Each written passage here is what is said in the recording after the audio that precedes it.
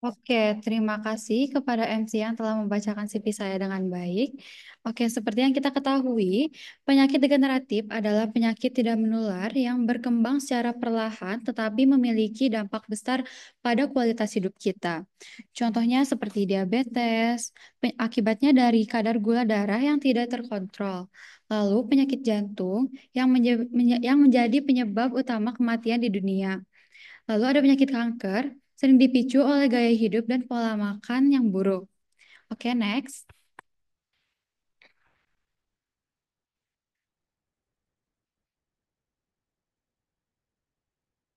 Yang prevalensi.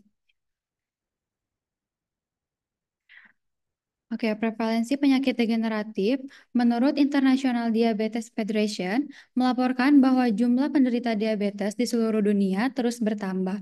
Pada tahun 2023, prevalensi diabetes telah mencapai angka dengan lebih dari 537 juta orang hidup dengan diabetes.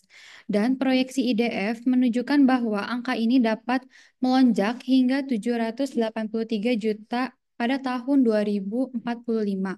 Peningkatan ini didorong oleh pola makan yang tinggi gula dan lemak jenuh, kurangnya aktivitas fisik, serta faktor-faktor genetik. Selain itu, Organisasi Kesehatan Dunia juga melaporkan peningkatan kasus kanker secara global, di mana prevalensi kasus kanker menjadi kasus yang paling umum di Asia dengan prevalensi sekitar 2-3% dari populasi. Oke, next. Sejarah makanan fungsional. Makanan fungsional didefinisikan sebagai makanan yang memberikan manfaat kesehatan tambahan, seperti pencegahan penyakit atau peningkatan fungsi tubuh, berkat kandungan senyawa seperti probiotik, omega 3, antioksidan, dan serat.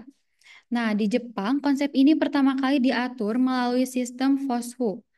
Di negara seperti Korea Selatan, Uni Eropa, dan Amerika Serikat, memperbarui regulasi untuk meningkatkan standar keamanan dan klaim kesehatan makanan fungsional. Oke, next. Selanjutnya ada senyawa bioaktif dalam makanan fungsional yang ada di Indonesia. Coba teman-teman boleh dilihat gambar yang pertama ada tempe. Tempe adalah produk olahan fermentasi kedelai yang kaya akan protein dan probiotik. Senyawa yang ada di dalam tempe ada isoflavon dan probiotik. Manfaat isoflavon yang membantu menjaga kesehatan jantung dan tulang serta mengurangi resiko kanker tertentu, terutama kanker payudara dan prostat. Lalu, probiotik pada tempe yang mendukung mikrobiota usus dan meningkatkan pencernaan. Lalu kita lihat gambar yang kedua, ada kunyit. Kunyit ini banyak ditemukan dalam masakan di Indonesia, seperti di nasi kuning, terus juga ada di opor ayam. Nah, ternyata memiliki kandungan senyawa bioaktif, yaitu kurkumin. Nah, manfaatnya tuh untuk potensi anti-aging. Studi in vitro menunjukkan bahwa kurkumin dapat menunda penuaan sel dan mengurangi stres oksidatif terkait dengan penuaan. Kurkumin telah diteliti memiliki manfaat dalam menghambat jalur molekuler yang terlibat dalam proses peradangan. Lalu, kurkumin juga dapat mengurangi produksi senyawa tubuh yang merangsang peradangan seperti sitokin dan enzim proinflamasi. Dengan mengurangi tingkat peradangan dalam tubuh, kurkumin dapat melindungi dinding pembuluh darah dan mengurangi risiko penyakit jantung. Lalu, kurkumin juga dapat membantu mengurangi kadar kolesterol LDL dan meningkatkan kadar kolesterol HDL. Nah, hal ini dapat mengurangi resiko terjadinya penyumbatan pada pembuluh darah dan penyakit jantung iskemik. Jika pada diabetes, kurkumin juga diketahui memiliki efek dalam mengatur kadar gula darah dan meningkatkan sensitivitas insulin, sehingga kadar gula dalam darah dapat diatur. Nah, selanjutnya kita lihat gambar ketiga ada madu. Madu ini ternyata mempunyai senyawa bioaktif yaitu flavonoid, asam fenolat, enzim oksidatif, dan hidrogen peroksida alami. Manfaatnya untuk membantu dalam penyembuhan luka, memperlambat penuaan sel, dan meningkatkan daya tahan tubuh. Asam fenolat membantu mengurangi resiko penyakit diabetes dan kanker. Oke, next. Oke, kita geser sedikit ke makanan fungsional yang ada di luar negeri. Yang pertama, teman-teman ada yang tahu nggak nih, gambar yang pertama itu gambar apa? Oke, gambar yang pertama itu adalah makanan fermentasi asal Jepang, yaitu miso, yang dibuat dari rebusan kedelai, beras, dan garam. Nah, ternyata miso ini memiliki senyawa bioaktif yang terdapat dalam miso, yaitu isoflavon. Isoflavon merupakan senyawa antioksidan yang mirip dengan hormon estrogen.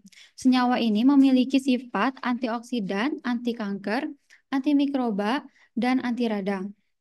Lalu kita lihat di gambar kedua ada gambar apa ya? Kira-kira teman-teman pada tahu nggak nih? Buat yang suka nonton drakor pasti tahu ini gambar apa ya. Ini itu gambar kimchi. Kimchi ini mengandung senyawa bioaktif yang dihasilkan selama proses fermentasi, yaitu probiotik, flavonoid, dan polifenol. Manfaat untuk penyakit degeneratif adalah untuk meningkatkan sensitivitas insulin dan mengurangi inflamasi.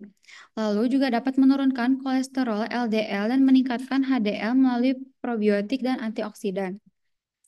Oke, manfaat lainnya untuk mengurangi inflamasi sendi berkat senyawa antiinflamasi dari kimchi. Oke, untuk penyakit neurodegeneratif, kandungan antioksidan dan probiotik dalam kimchi membantu menurunkan neuroinflamasi dan stres oksidatif yang merupakan faktor utama kerusakan saraf. Nah, di gambar ketiga, kira-kira ada yang tahu nggak nih gambar apa? Gambar ketiga itu ada chia seed. Chia seed ini ternyata mengandung senyawa bioaktif yaitu polifenol, asam lemak omega 3, serat, dan antioksidan. Nah, manfaatnya untuk mengurangi peradangan sistemik yang berkaitan dengan penyakit degeneratif seperti aterosklerosis dan diabetes. Lalu kita lihat di gambar keempat ada gambar minyak zaitun. Di luar negeri seperti di Spanyol, Italia, dan Yunani, minyak zaitun ekstra virgin banyak digunakan dalam diet sehari-hari. Minyak ini kaya akan asam lemak tak jenuh tunggal dan antioksidan yang memiliki efek perlindungan terhadap penyakit jantung, diabetes, dan beberapa jenis kanker. Oke, ternyata minyak zaitun ini mengandung senyawa polifenol, senyawa antioksidan yang memiliki sifat antiinflamasi dan melindungi pembuluh darah dari kerusakan akibat radikal bebas. Oke, boleh di next, Kak.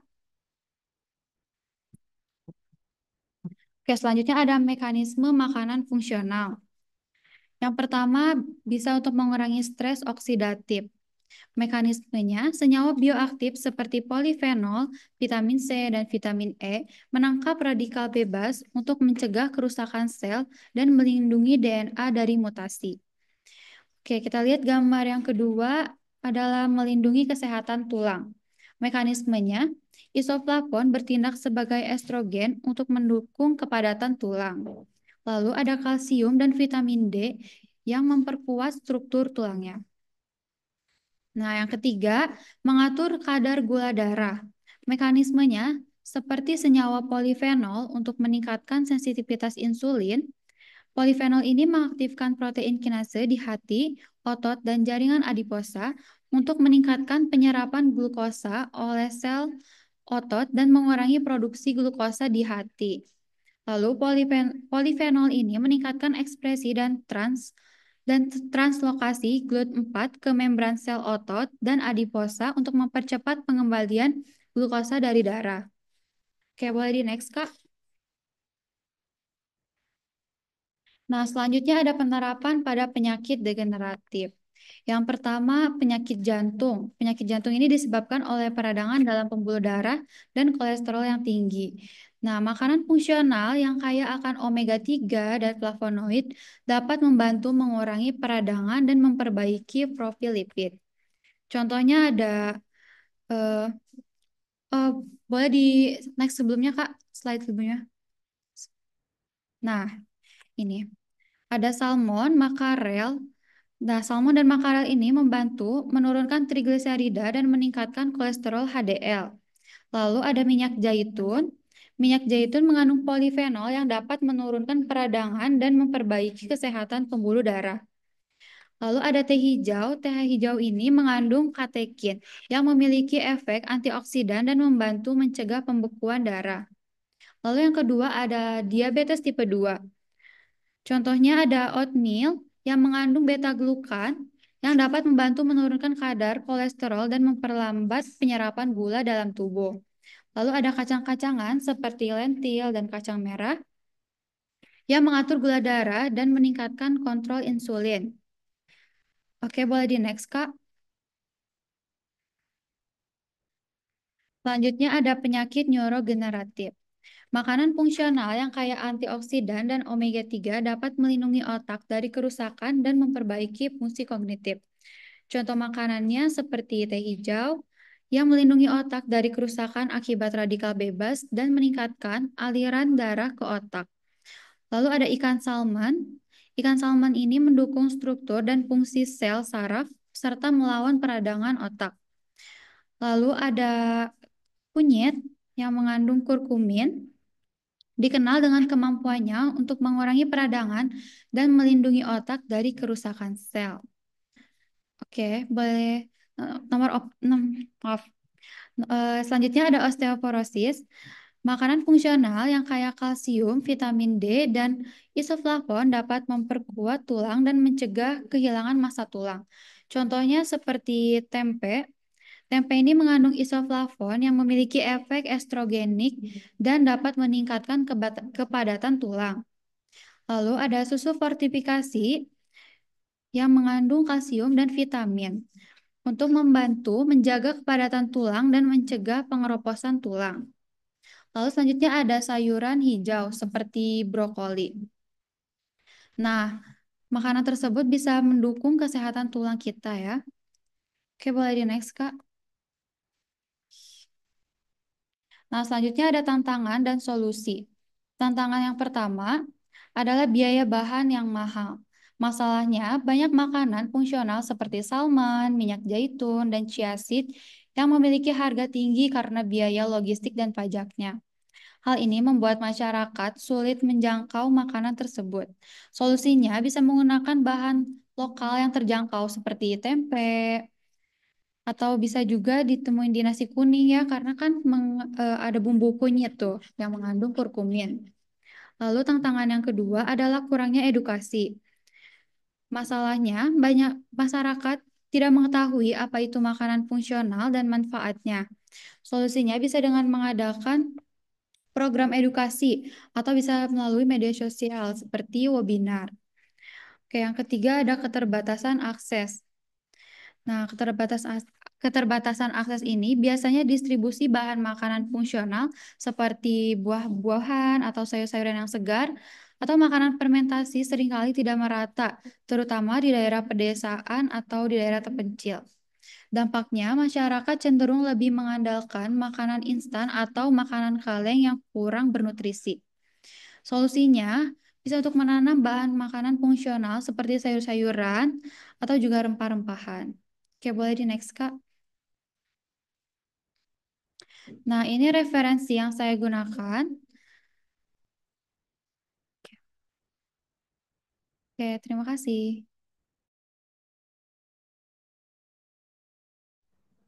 Terima kasih kepada Kak Bibil atas pemaparan materi yang luar biasa. Jika ada pertanyaan untuk Kak Bibil, bisa ditampung terlebih dahulu di sesi tanya jawab pemateri kedua. Sekarang kita lanjutkan ke pemateri kedua, yaitu Ibu Adet. Sebelum mendengarkan materi yang akan disampaikan oleh Ibu Adet, saya akan membacakan CV dari Ibu Adet terlebih dahulu.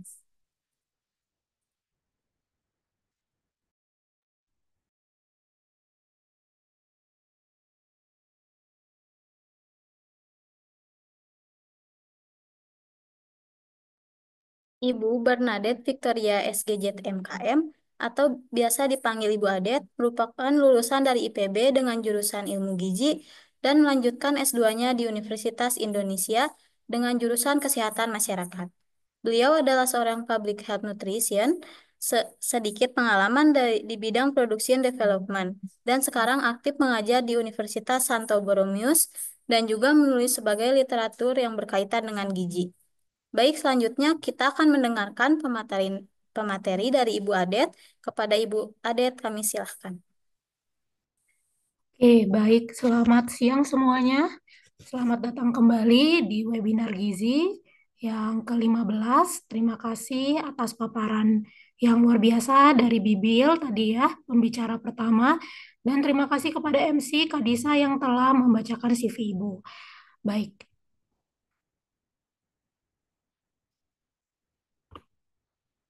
Oke, kita tunggu dulu. Sharing screen-nya belum muncul.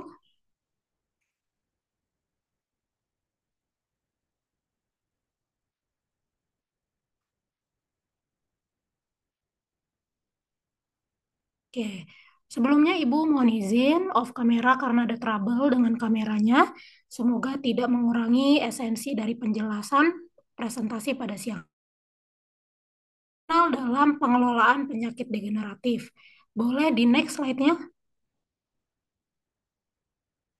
Functional foods are widely accepted as part of the human diet due to their flavors and nutritional properties. Nutraceuticals contain functional foods that are involved in the nutritional prevention and treatment of NCDs. Jadi, pangan fungsional sudah diterima ya secara luas adalah bagian dari diet manusia sehat sehari-hari. Di mana di dalam pangan fungsional sebenarnya ada nutraceuticals yang nanti akan berperan dalam pencegahan dan juga pengelolaan beberapa penyakit tidak menular atau penyakit degeneratif. Next slide. Definisi dari pangan fungsional sendiri ini berdasarkan definisi yang dicantumkan oleh FAO, itu adalah pangan yang mendukung kesehatan secara umum dan menurunkan risiko penyakit dengan memberikan manfaat spesifik pada satu atau lebih fungsi tubuh, di mana melampaui kebutuhan gizi dasarnya.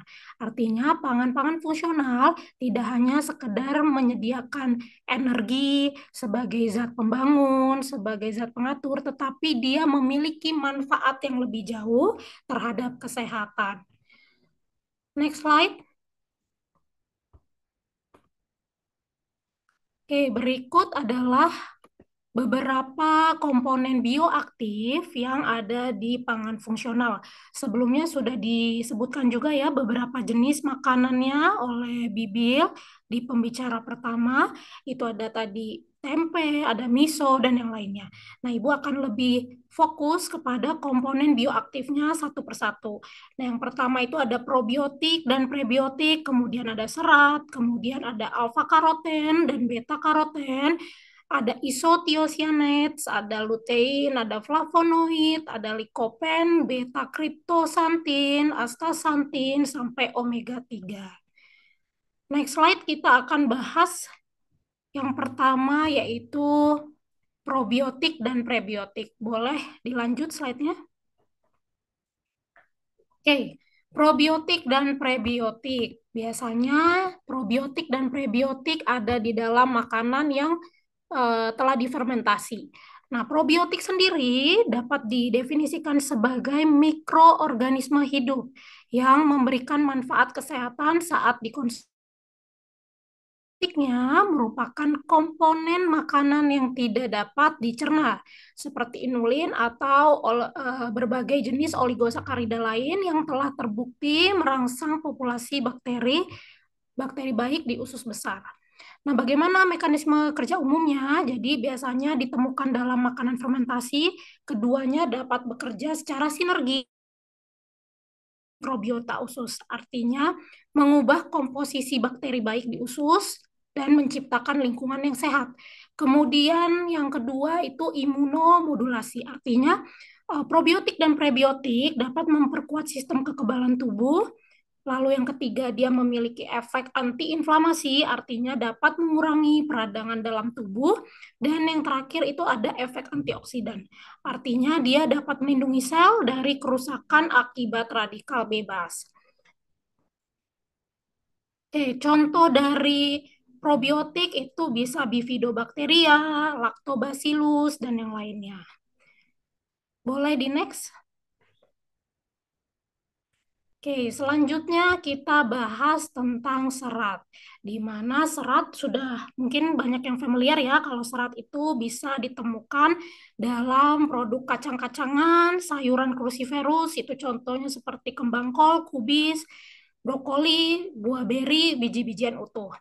Oke, manfaat kesehatan dari serat. Yang pertama itu dia memiliki efek kemoprotektif, di mana berarti dapat membantu tubuh kita mengurangi paparan terhadap karsinogen di usus besar dengan cara mempercepat waktu transit dan juga mengikat zat-zat toksin atau zat-zat berbahaya. Kemudian yang kedua, manfaatnya terkait dengan regulasi glukosa darah, di mana ketika kita mengkonsumsi serat itu dapat memperlambat penyerapan glukosa dan menstabilkan kadar gula darah. Nantinya akan mengurangi risiko DM tipe 2. Kemudian kaitannya dengan kesehatan kardiovaskular, di mana ketika kita konsumsi serat dapat mengurangi penyerapan kolesterol dan meningkatkan ekskresi kolesterol, serta menurunkan kadar kolesterol darah dan risiko terhadap penyakit jantung. Di usus sendiri, serat itu tidak dapat dicerna, tapi akan difermentasi oleh mikroba usus, kemudian nantinya dia akan menghasilkan asam lemak rantai pendek, dan mencegah pertumbuhan patogen, serta dapat memperbaiki fungsi dari barrier usus dan nantinya dapat mengurangi inflamasi. Serat juga dapat meningkatkan volume feses, merangsang gerakan peristaltik, dan juga mengurangi risiko terjadinya konstipasi, hemoroid, serta divertikulitis. Oke, boleh next slide. Oke, kemudian selanjutnya ini bioaktif compound yang ketiga ada alpha karoten, di mana ini merupakan salah satu jenis dari ratusan banyak jenis karotenoid yang biasanya kita temukan dalam berbagai pangan yang kita konsumsi sehari-hari. Di mana alpha karoten memiliki aktivitas antioksidan, tetapi memang jika di-compare dengan beta karoten, efeknya lebih rendah dibandingkan beta karoten. Nah, alfa karoten juga berkontribusi terhadap perlindungan sel dari kerusakan oksidatif dan nantinya dapat memperlambat proses penuaan serta mencegah perkembangan penyakit degeneratif. Nah, sumber makanannya apa saja yang kaya alfa karoten? Itu adalah sayuran oren seperti wortel. Sebelumnya Kak belum belum selesai slide-nya. Masih di alfa karoten.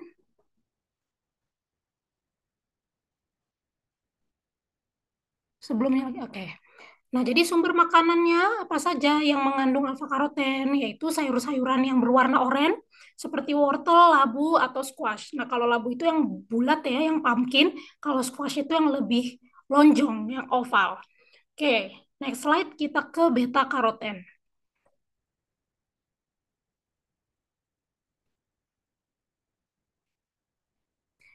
Beta karoten, oke.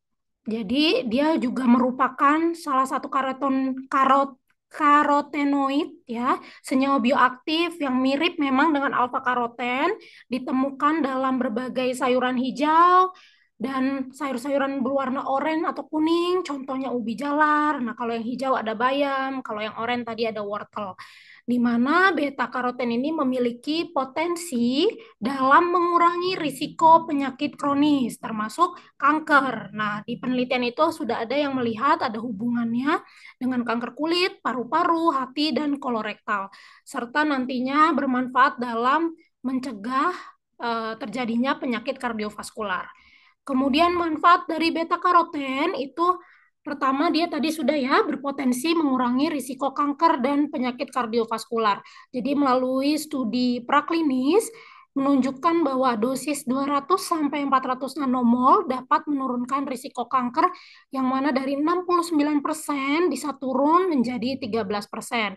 Nah, kemudian tingkat serum karoten total yang tinggi, campuran dari alfa dan beta karoten, ternyata berhubungan dengan risiko penyakit kardiovaskular yang lebih rendah.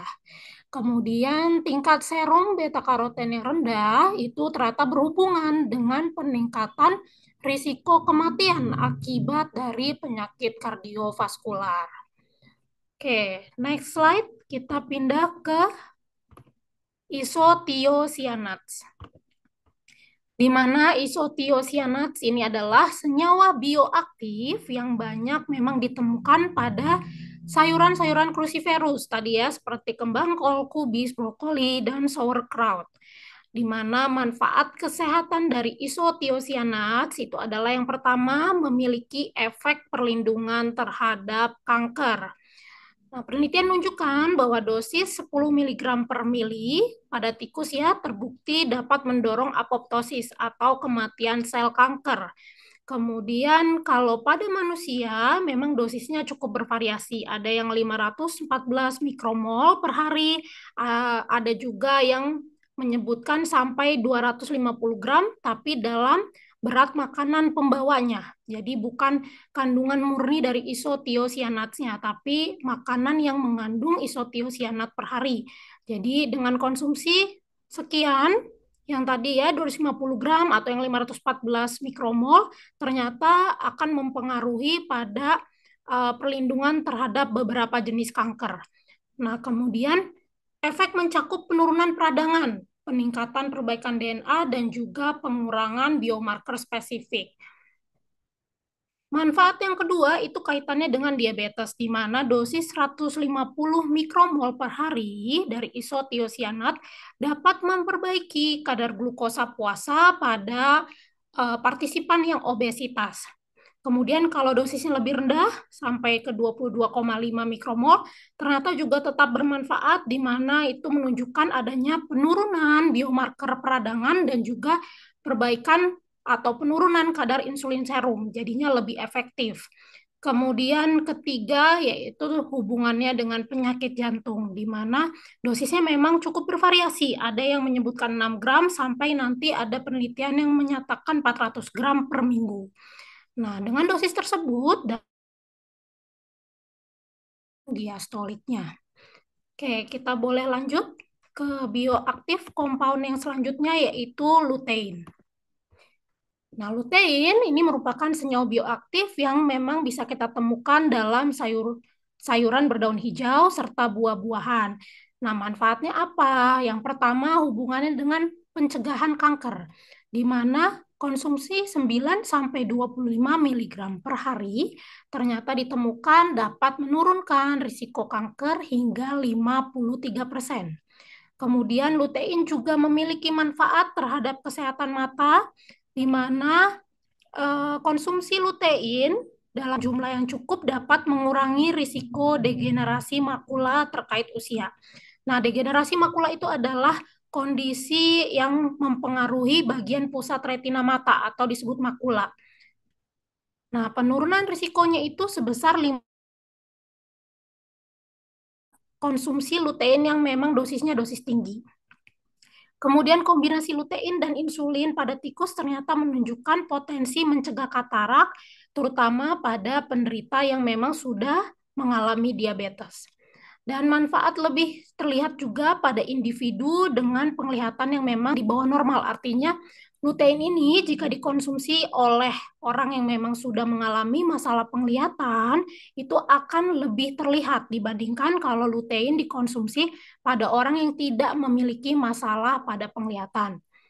Kemudian manfaat yang ketiga dari lutein yaitu ada hubungannya dengan penyakit kardiovaskular, yang mana kadar lutein serum tinggi dapat berhubungan dengan penurunan penebalan dinding arteri hingga 80%.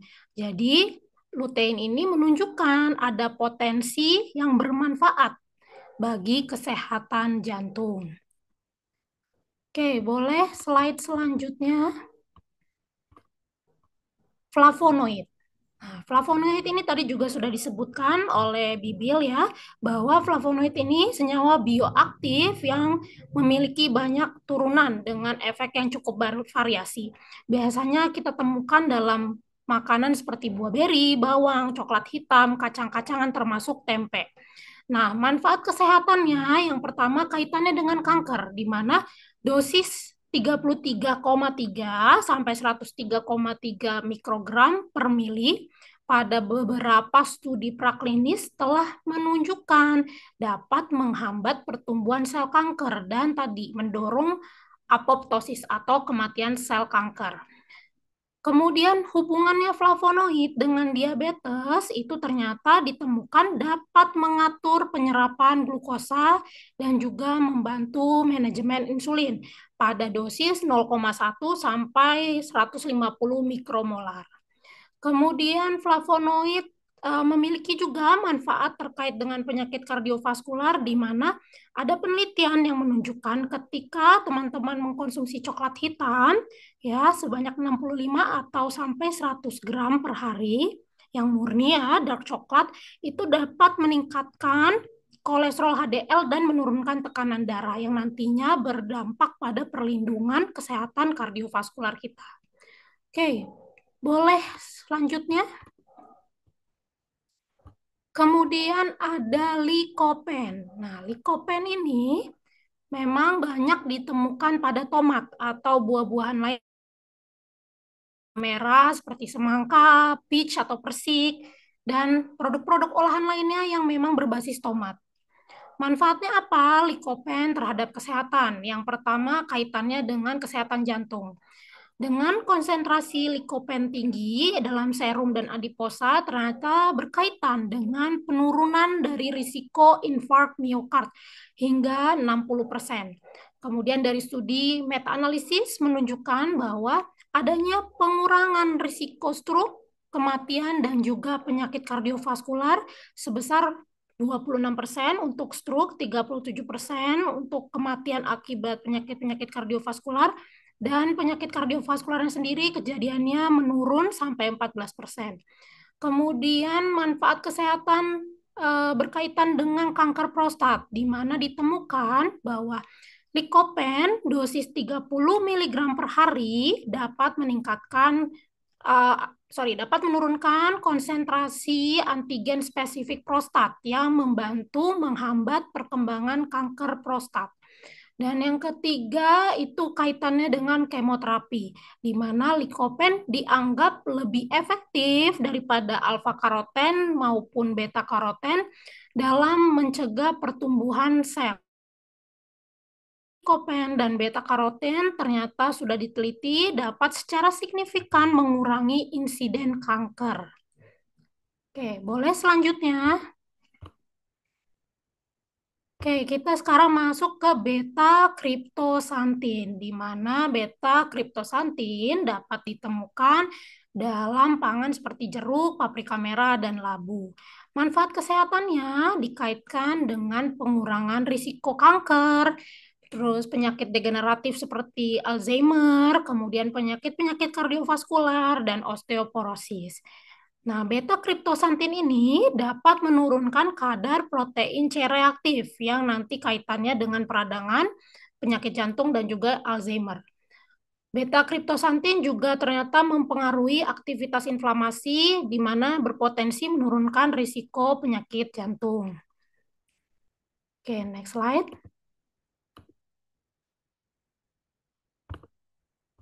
Kemudian ada astaxanthin ditemukan dalam pangan-pangan yang berasal dari laut seperti salmon, kepiting, dan alga hijau. Manfaat kesehatannya yang pertama dia berperan sebagai antioksidan, artinya melindungi sel dari kerusakan oksidatif dan penuaan, kemudian memberikan fotoproteksi antioksidan. Selanjutnya yaitu manfaat kardioprotektif, di mana dia dapat menghambat oksidasi LDL, mencegah aterosklerosis, mengurangi kerusakan pembuluh darah, dan juga menurunkan risiko peradangan. Yang ketiga yaitu kaitannya dengan perlindungan jaringan normal dari efek toksik kemoterapi tanpa mengurangi efektivitasnya terhadap sel kanker. Jadi dan harus menjalani kemoterapi dengan mengkonsumsi astaxanthin dia dapat melindungi jaringan normal dari perusakan akibat kemoterapi tanpa harus menurunkan efektivitas si kemoterapinya itu sendiri. Kemudian hubungan astaxanthin dengan diabetes, di mana astaxanthin diketahui dapat menurunkan gula darah dan meningkatkan sensitivitas insulin.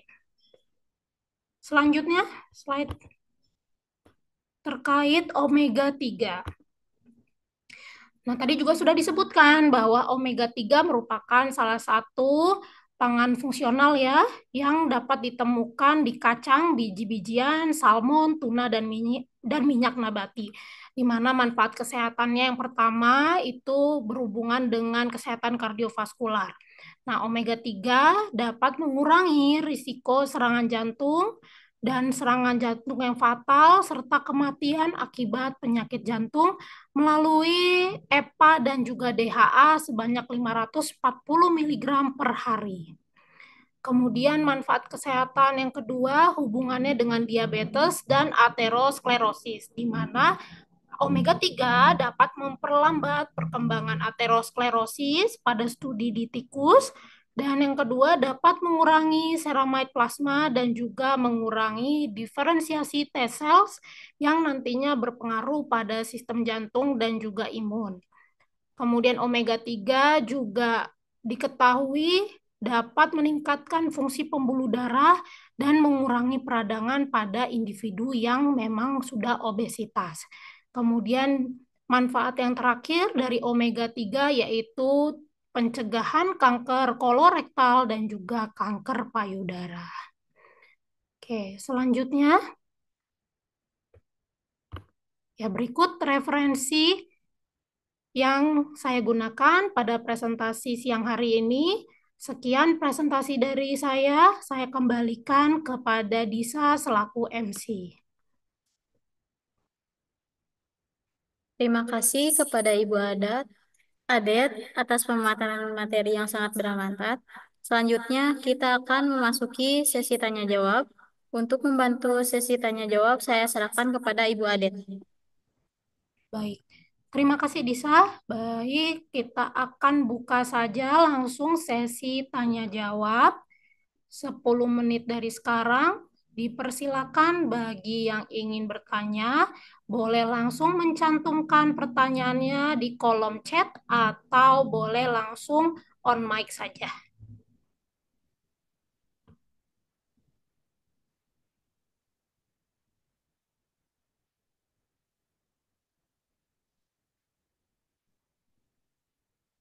Oke, sambil menunggu, Ibu mau tanya mungkin ke Bibil ya, sebagai pembicara pertama. Tadi sudah menjabarkan ada berbagai macam makanan fungsional. Nah, kira-kira dari yang sudah Bibil paparkan, yang sering Bibil konsumsi sehari-hari apa, Bil? Tempe, Bu. Tempe, habis itu ada lagi?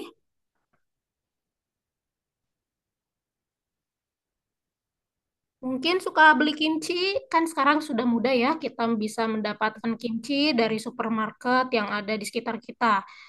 Kalau miso mungkin masih tidak terlalu familiar, tapi kalau kimchi sepertinya untuk anak-anak usia kalian sudah mulai banyak yang konsumsi. Kalau Bibil sendiri, pernah konsumsi kimchi?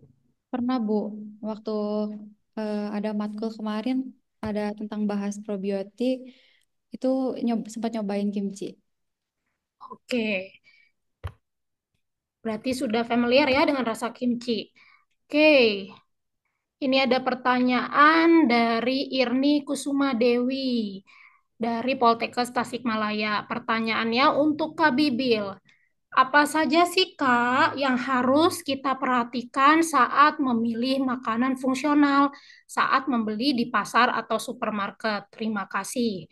Oke, silakan dicatat ya Bibil. Itu pertanyaan yang pertama dari Kak Irni Kusuma Dewi.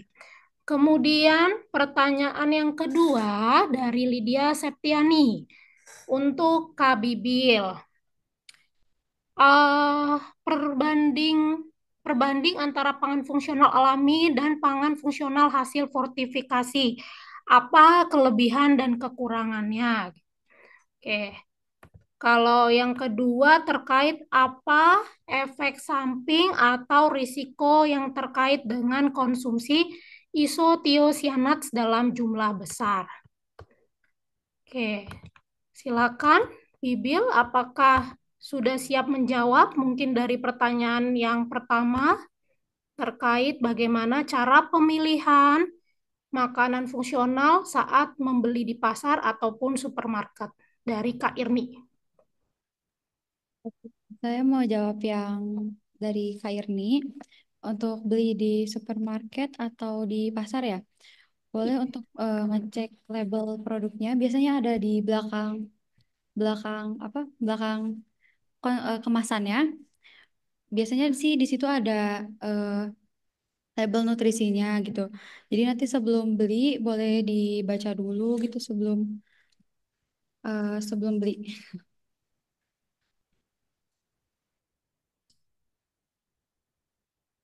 Oke, jadi saran dari Kak Bibil yang perlu diperhatikan dalam membeli pangan fungsional atau makanan fungsional harus dicek dulu kira-kira di label gizinya bagaimana sih kandungannya. Mungkin kalau misalnya Irni ingin melihat seratnya atau ingin mengincar seratnya, berarti diperhatikan berapa sih kadar seratnya, kemudian bagaimana kadar sodiumnya, apakah termasuk yang tinggi atau yang rendah. Jadi kita harus lebih aware melihat label pangannya.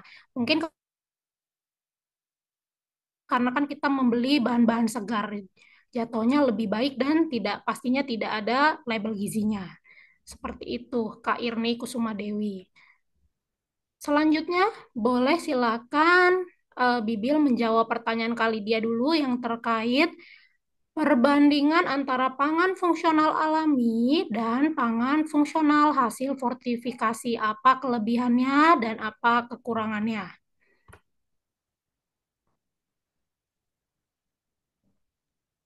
Oke, untuk pemilihan antara pangan fungsional alami dan fortifikasi itu sebenarnya tergantung kebutuhannya sama kondisi kesehatannya gimana. Biasanya pangan alami ini ideal untuk pemenuhan gizi secara holistik, sedangkan yang fortifikasi biasanya untuk membantu mengatasi kekurangan yang spesifik gitu dalam diet yang modern. Tapi kombinasi dua-duanya itu sering menjadi strategi yang baik gitu. Jadi dua-duanya mending di eh, barengin aja gitu. Oke, jadi sebenarnya ya kalau yang alami pastinya tubuh kita akan lebih mudah menyerap dibandingkan yang sudah bentuk fortifikasi. Tapi bukan berarti mengkonsumsi yang fortifikasi itu tidak baik. Jadi kalau memang kondisinya memungkinkan untuk dapat mengakses ataupun mengkonsumsi pangan fungsional yang alami, silakan lebih disarankan untuk konsumsi yang alami. Tetapi kalau dirasa memang anak kosan ya kadang-kadang susah untuk mengolah makanan yang alami, menggunakan pangan fortifikasi juga dapat membantu dia daripada kita tidak mengkonsumsi sama sekali. Seperti itu kali dia. Kemudian untuk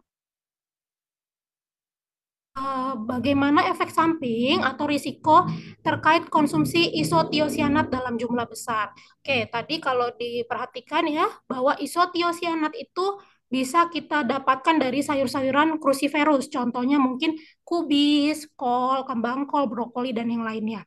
Jika dikonsumsi dalam jumlah banyak dalam bentuk alami, sebenarnya jarang terjadi eh, masalah toksisitas. Tetapi memang jika dikonsumsinya terlalu berlebihan, pastinya akan dapat menimbulkan gangguan ringan seperti mungkin gangguan pencernaan.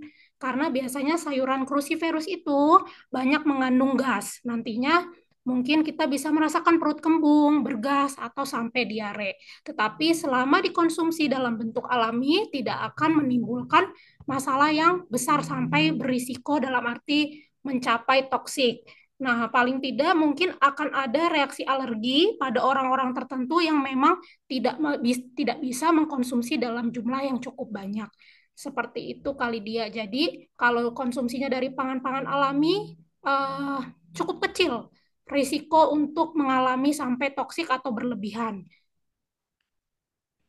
Kemudian selanjutnya ada pertanyaan dari Hawa Aulia Azahwa. Ingin bertanya kepada Bu Adet, kira-kira bagaimana sih cara untuk mempromosikan makanan fungsional kepada kelompok usia muda atau Gen Z atau Gen Alpha yang sering mengkonsumsi makanan cepat saji? Oke, kalau dari Ibu sendiri, kuncinya adalah saling mengkombinasikan makanan yang biasa dikonsumsi oleh generasi tersebut dan baru ditambahkan dengan yang memang kiranya kita sudah ketahui dari segi ilmu pengetahuan itu bermanfaat. Misalnya, Sekalipun teman-temannya suka makan makanan cepat saji ya, contohnya mungkin fried chicken, mulai bisa menambahkan tidak hanya makan nasi dengan fried chickennya saja, mungkin bisa ditambahkan tempe. Jadi untuk awal mulanya jangan fokus untuk mengurangi, tetapi coba untuk menambahkan yang sekiranya dapat membuat balance. Kalau misalnya teman-teman langsung mengedukasi anak-anak Gen Z atau Gen Alpha ya untuk stop konsumsi makanan-makanan fast food atau makanan cepat saji, mungkin akan sulit untuk diterima karena mereka sudah besar dan terlahir dengan pola makan yang seperti itu. Jadi kalau bisa menurut Ibu, kalian coba edukasi ya dengan cara mungkin menggunakan media sosial atau membuat webinar seperti ini, tapi tekankan untuk mencoba menambahkan, bukan mengurangi. Jadi sekalipun misalnya teman-teman itu suka makan seperti nugget atau sosis, setidaknya side dish-nya itu mungkin bisa ditambahkan sayur-sayuran lain yang memang tadi ya yang mengandung serat, atau mungkin cari yang makanan fermentasi, mengandung probiotik dan prebiotik, dan yang lainnya. Kemudian mungkin bisa membuat peer group support, artinya sesama anak muda dikumpulkannya dalam kelompok kecil, kemudian saling sharing dan saling memberikan semangat bagaimana caranya supaya berubah pola makan. Perkenalkan dengan makanan-makanan fungsional seperti itu. Apakah mungkin ada pertanyaan lagi atau sudah cukup jelas untuk Irni, Lydia, dan juga Hawa?